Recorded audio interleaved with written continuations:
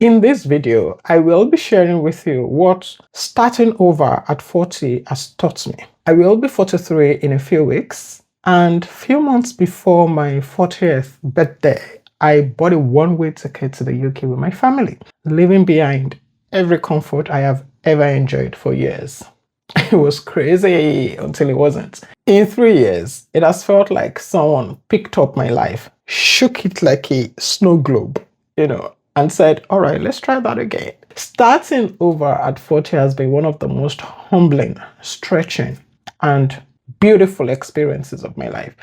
And I want to share the lessons this chapter has taught me, the ones, nobody prepares you for. So let's just get right into it. The first one is what I call the identity shift. I moved from proving myself to becoming myself. When you're 25, you think you have forever. At 40, you realize, oh, time is actually moving and it's not slowing down for anybody. And then you just stop caring. To be honest, I've never been one to give a damn about what people think. But in the past 3 years, I've taken that to a whole new level. I have been told many things. Is this relocation working for you? You seem to be everywhere these days. Are you sure you're not settling for less? I've heard a couple of things. And I've stopped, wasting time on proving myself or wanting to show that I am doing okay. I'm done holding on to those things that expired years ago. I'm asking better questions, from myself. Who am I becoming? And how does this thing that I am doing align with who I am becoming? Does this drain me or does this grow me? Is this worth my pace? You see, the moment you claim that power, that alone changes everything. So for me, I am happy with that move in identity from who people used to know or who I used to think I am to who I am becoming. So number 2, this is what I call the beginner's advantage. Starting over at 40 teaches you something that most people avoid: humility. You come to terms with the fact that you don't know everything and you don't need to. Starting again means you'll be learning new skills. You'll be stepping into unfamiliar rooms. You'll be beginning at the bottom, asking for help and allowing yourself to be a beginner. And it can feel uncomfortable, but it's not a weakness. I have seen that it is actually an advantage. I understand that being a beginner at 40 is a lot better than being stuck at 50, and that alone changes how I move. When I started my YouTube channel, I didn't have everything figured out. There was no perfect plan. I didn't have any audience,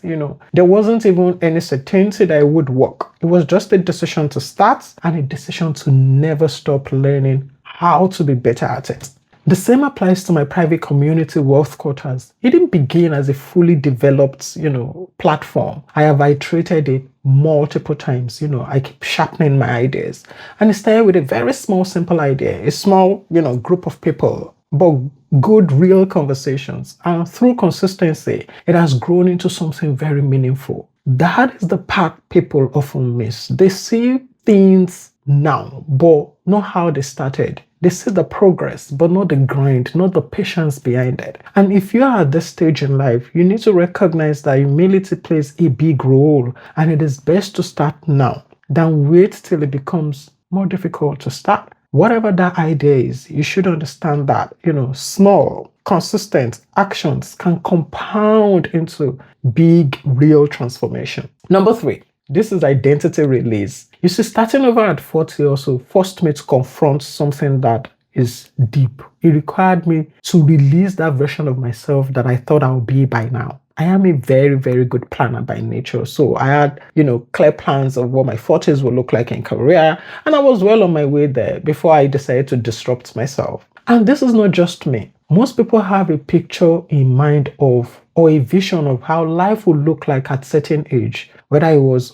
about career or relationship or money or stability. They just have that plan, that goal. Society also sort of impressed that on us. And when our reality doesn't match that picture, it can feel so sad. It stings. And this is not just because of where we are, but because of where we thought we would be at that time in our life. Starting over demands that we release that identity and build a new one. We must begin to understand that we are allowed to evolve. We are allowed to pivot. We are allowed to rewrite our story, even if we don't even, know how to start, where to start. You see, there was a book I read at a time by Marshall Goldsmith. What got you here won't get you there. The version of us that has gotten us so far, it has done its job. It is not that version that will take us to where we want to be. And once we start accepting that, we stop clinging to who we were and start creating who we want to become. It is tough, but it is important. Number 4, this is the age myth.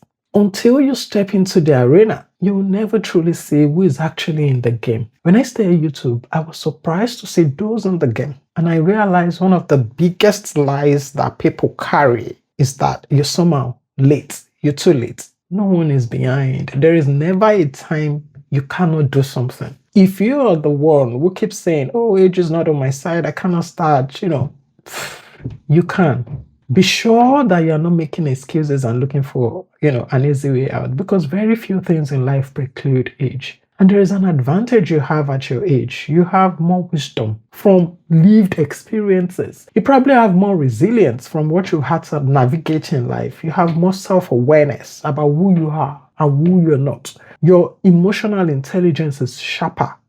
Sometimes people ask me why I do not delete the negative comments on my YouTube channel. I recognize that we as people are dealing with a lot of things. We have different perspectives. We have different opinions. I am sharing mine. So people are allowed to share theirs. If my channel is an outlet, so be it. At 40 plus, you're just not chasing some unimportant things. You're not chasing timelines. You're building with intention. And this is why this chapter, this one that people fear the most, can actually be the richest one if you approach it right. So number 5. I am building to enjoy. I have never taken my health and wellness as seriously as I do now. And this is not just because my body is demanding it, but because I absolutely need to. You see those things I used to ignore, like my sleep. Oh, I would pride myself those days on, surviving on 5 to 6 hours sleep. I used to think rest is luxury. I would have meetings on Saturdays and Sundays. I couldn't even keep up with any exercise routine because I would see it was giving me headache. And it actually gave me a headache. I wasn't making it up, even though my sisters, they didn't believe me. Now I am realizing that those things are super duper important and it determines how I show up and how far I go. You see, the interesting bit is that now that I am building something that I really love, I have vision, I have momentum, I have a sense of direction. I am very excited about what's ahead. And that changes how I treat myself. I'm taking care of myself because I actually want to be around. I want to be present. I want to be capable enough to enjoy the life that I am creating.